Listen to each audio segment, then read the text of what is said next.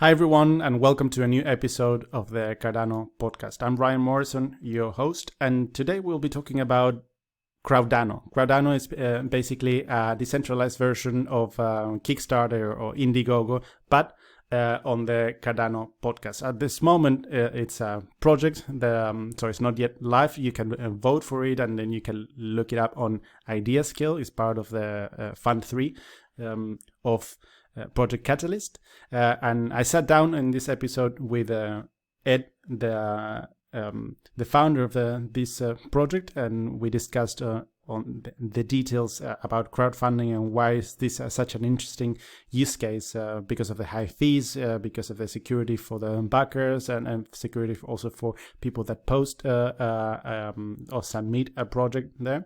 So you'll hear all about it in the interview. Before we start the interview, I also want to share with you some news. So Fund 4 starts this week in Project Catalyst, and we'll be also putting the Cardano podcast as a project. So as a way to get also funded and to be able to grow this podcast, you'll hear all about it on IdeaScale. So if you like this podcast and you would like to hear to have new episodes of it, and you would like this one to grow, please give us your feedback on the project in Catalyst, and please vote for it so we can grow this Cardano podcast. And without further ado, let's start now the interview with Ed from Crowdano. Hi guys, and as promised, I'm here with Ed from the project Crowdano. Hi Ed, and welcome to the. Thank you for taking the time, and welcome to the Cardano podcast. So for everybody, we'll be discussing today crowdfunding on Cardano, specifically the project that Ed is leading, which is Crowdano. So maybe we can start with a short introduction of yourself, Ed, and then we jump more into the project. Yeah, sure. So I've been programming for about 7 or 8 years now. Got into blockchain about 3 years ago, and sort of really liked the idea of smart contracts and how you can do things without having another person there checking that everything's right. It does it automatically. That was fascinating to me. And then, being a programmer, being able to write those contracts, I looked into Solidity on Ethereum. Never got anything published, but learned enough to know how to write them. And then sort of when I learned about Cardano, I was sort of, why doesn't Ethereum do this? Why is it so cheap? Being able to run these smart contracts for a fee of something like 10 cents is ridiculous. So yeah, that's what drew me to Cardano. And then I've always been interested in Kickstarter and the projects that launched on there, and just reading about how many of these projects are sort of not get funded and then don't actually launch what they're supposed to. Yeah. I came up with the idea of these smart contracts can stop that. I did a bit of research into it and found there's a company called Pledge Camp, which actually had the similar idea and launched on Ethereum, but seems to have died out since. There's there's only 2 campaigns on there at the moment, I think. Yeah. So it didn't really quite get up to where it was, and it wasn't something I had heard of before then. Even when looking up sort of Kickstarter and things like that, it's not something that comes up in Google searches. So that's what really got me into this direction of. Cool. Yeah, it's interesting to know, because that's a big part of what the Cardano community is now about, is also bringing developers. It's big part also of the next Fund 4 in Catalyst, also on how to increase the pool of developers. And then of course it makes a lot of sense to start with developers that know Solidity already, that we're developing on Ethereum. So maybe we can discuss that a little bit before we jump into the project. I think it's interesting also for the audience to know how was the thinking behind. So you were learning Solidity, and then what was the moment that you thought, were you looking for other ways? Did you come across a problem like the huge fees, for example, and you were looking for which other platform, which other blockchain would allow me to deploy this smart contract without having to pay these huge fees? And then you came across Cardano. If you can walk us through how was the process, then we can understand also how other developers would also do it. Yeah, definitely. It was definitely the fees, I think. So I think the fees on Ethereum at the moment is something like to transfer $20, you have to pay a $30 fee, which is absolutely ridiculous. Yeah, nonsense. Why is the fee more than what I'm trying to transfer? So, I started looking into blockchains that had a low fee or no fee that would support smart contracts. And that's quite limited. But after reading up on Cardano and seeing that smart contracts would be released fairly soon, I think I discovered it sort of November last year. Okay. So seeing that they were going to be released this year, I sort of thought, well, if I start learning Plutus and Marlow, I can perhaps launch my contract on there. And then when I read into it even more and found out that there was going to be the KEVM DevNet, so I could just write it in Solidity and then launch it in Solidity. That is a great feature for me to just jump across from Ethereum. So I don't have to learn anything new. I mean, I still am. I have plans to actually write the smart contracts in Plutus. So just because I think it is actually a better language, with the whole the formal verification, so you know exactly what's going to happen before you run the contract. I think that's a brilliant feature. Whereas in Solidity, there's a lot of things you have to do right to make sure that someone can't stop your contract halfway through and then steal all your money, which for a crowdfunding campaign can be a lot of money. So True. That's what really brought me over. Is the fees were ridiculous. So you'd end up having people trying to donate $5 to a campaign and then having to pay a $30 fee, which doesn't make sense. Whereas in Cardano, the whole purpose in Cardano you send your $5 and you end up paying 10 cents or whatever it is at the moment. The 0.178, isn't it? So exactly. That's a common use case. Also, I've heard a lot of projects that were about to launch they were about to launch an airdrop, for example, on Ethereum. But then they had all this list of people, let's say 2,000 people that already signed up for the airdrop, and then they just couldn't do it because because of the fees. And it's just it gets to a point a bit of ridiculous. Then because that's the whole point, of course, to be able to distribute to a lot of different wallets. But that's another case as well. Also, the same thing for deploying applications or decentralized applications. Now that we're talking about so decentralized applications, let's talk about specifically about Crowdano and what it is. You already mentioned a bit of what it is, but maybe now we can go a bit more in depth. Yeah, sure. So it, like I said before, it began as why do backers have no protection on Kickstarter?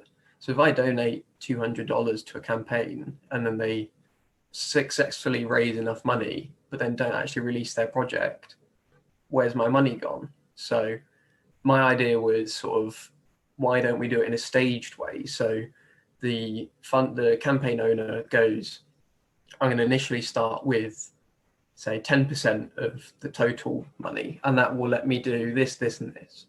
And then once they've completed that, they prove, so they can upload an image of a prototype or sort of even just a log of what they've been doing to the platform. And then backers can go, yeah, we're happy with that. You can have the next stage of funding, which will be used to do X, Y, and Z.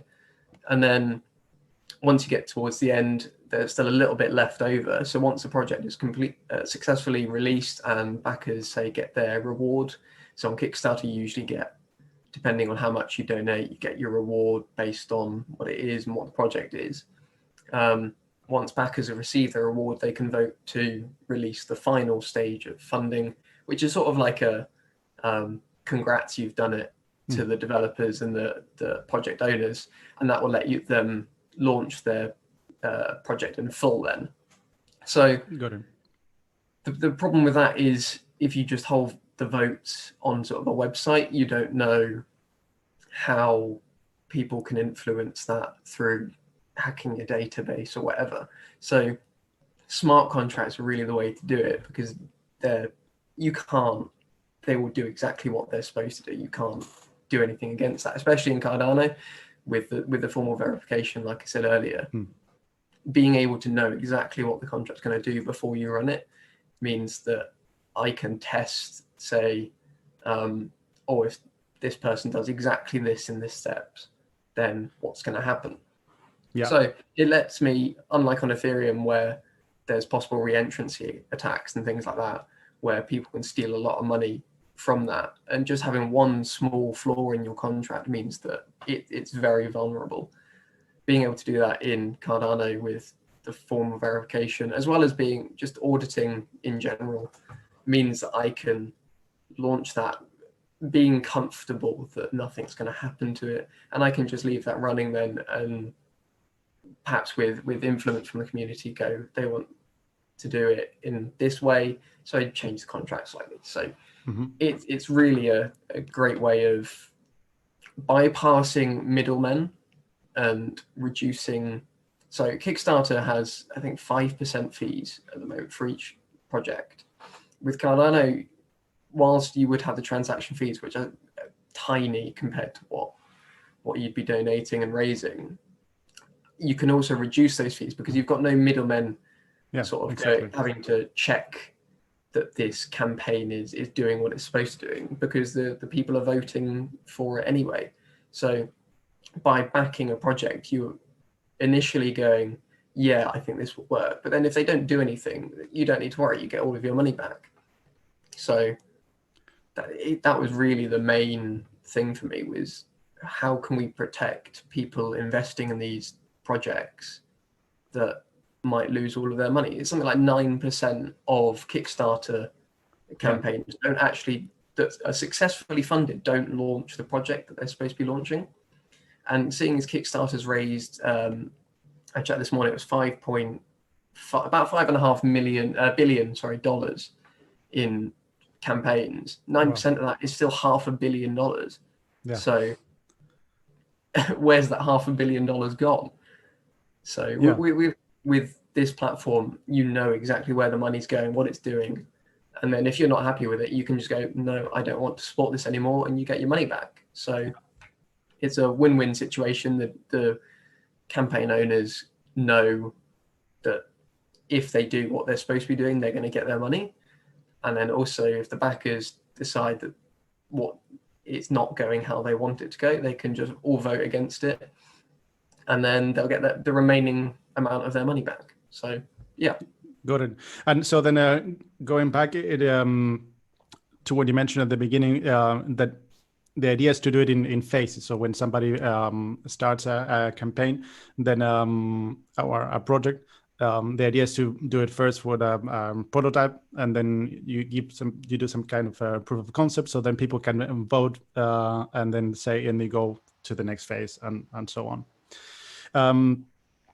Then how do you see the voting process is going to take? Also, is it going to be for people that have based on the same concept of that we're doing now in Cardano with the voting on ADA based on the amount of ADA that you have on Daedalus or Yoroi?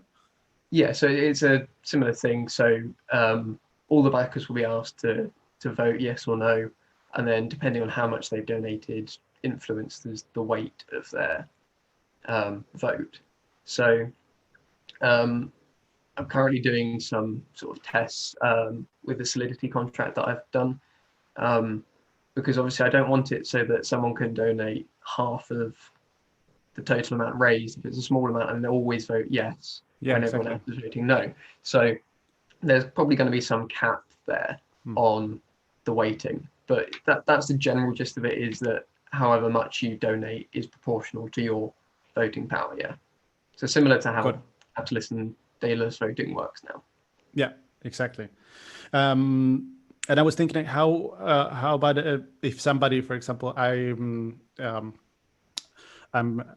gave some ADA for a project that I like, and then in the first phase, but in the second phase, or let's say we're still in phase one and we have to vote.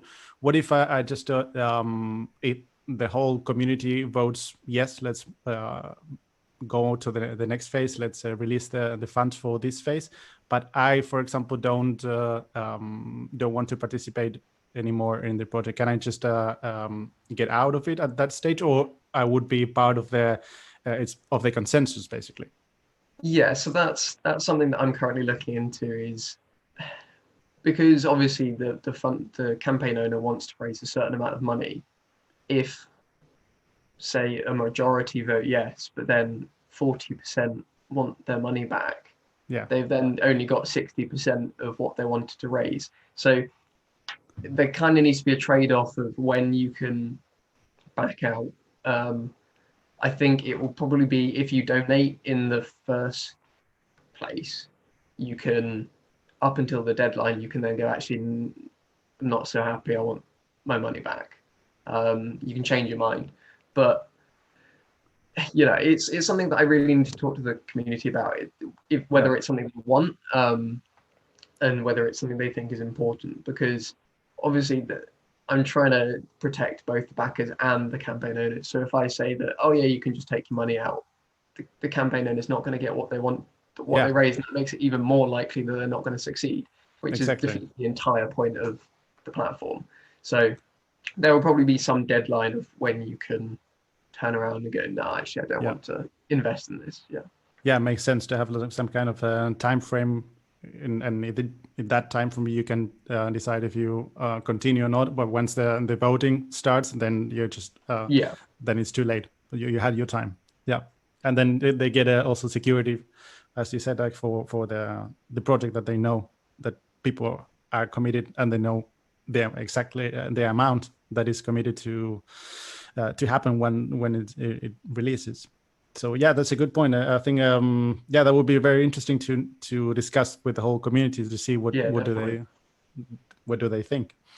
I was looking into the whole on idea scale on the project, and the comments that people have given. There was on one comment that keeps on coming.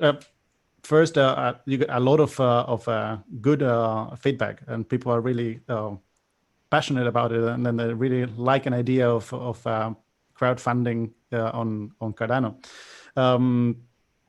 Then a lot of people say that it has been like very well structured. Also, then the explanation of it on idea scale, and some people were saying or asking, like, how are you planning to? They had the concern that that you don't have a bigger team, or like that kept on coming a few times. So that's what I wanted to discuss with you. How would you answer to those guys? Or if you're planning also maybe you're starting only by yourself at this point, and then you want to increase the team later in the future. But I'll let you answer that question. Yeah, no, it is a good question, and it's a valid concern. So the reason I want to do it by myself to begin with is so that I can send it in a direction that I want to send it in, with the help from the community. So I found in the past that when you have a big team of developers, you all want to do different things, and you all want to implement your idea, and then it ends up taking months to do. If it's just me, I can go, I know exactly what I want to do, how to do it, bam, done. So I've already completed a Solidity version of the smart contract, and I'm halfway through a Plutus version of the smart contract. So the website's in progress. I've got a graphics designer working on logos and things like that for the website. So everything's going a lot quicker than I gave it a 6-month time frame on idea scale, and actually, on balance, I could probably get that down to 3 months. So I don't think it's something that people need to be concerned about. I have a lot of experience in programming. Like I said, I've already completed the Solidity smart contract. So if I wanted to launch it on KVM, I can. Obviously, it's not going to launch at the same time as Plutus, I don't think. So that would mean waiting a little bit longer to get it up and running. But with Plutus, I think is at the end of March or beginning of March that Plutus and Marlow contracts are going to go online. So theoretically, I could get a test version up working by the end of March, and that would let the community then interact with it, run some test campaigns, see how they like it, and then we can go from there. Yeah. So it basically just eliminates the whole having to discuss with a giant team what everyone wants to do.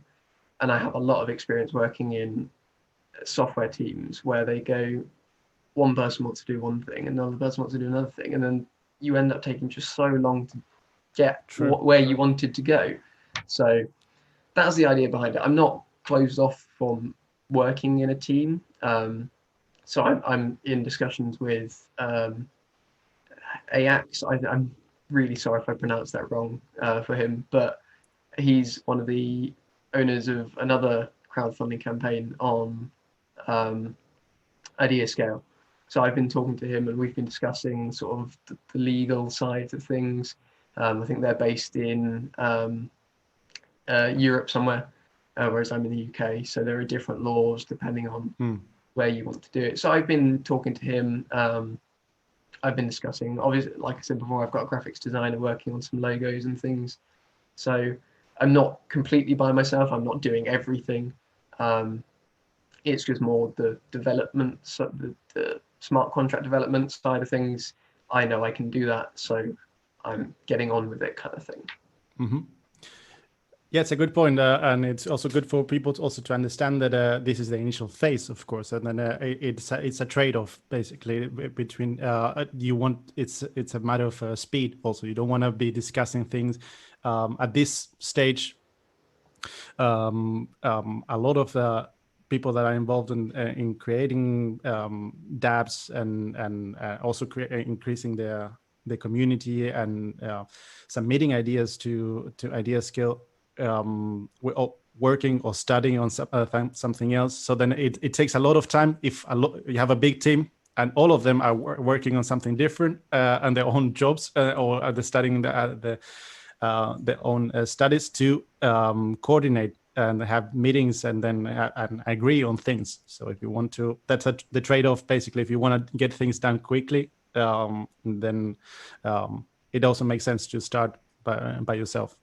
Yeah, definitely.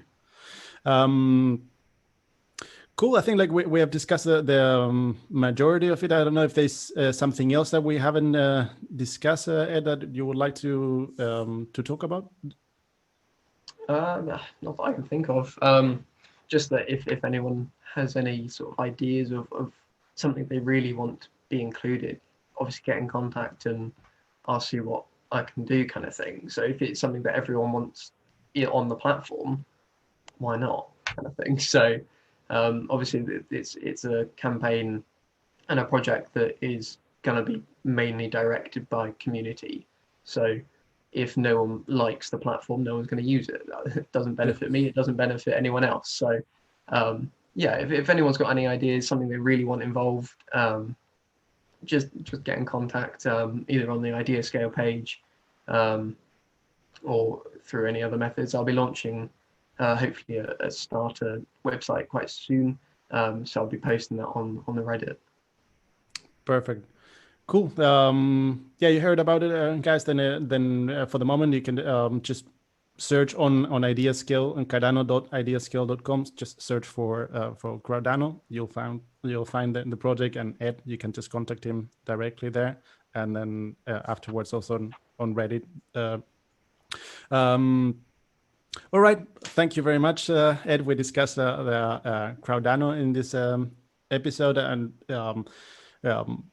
thank you very much to all the listeners and viewers of the podcast. We'll be having new interviews later this week as well. So stay tuned. And again, thanks, Ed, for taking the time. No, thank you, Ryan. Thank you. Cheers.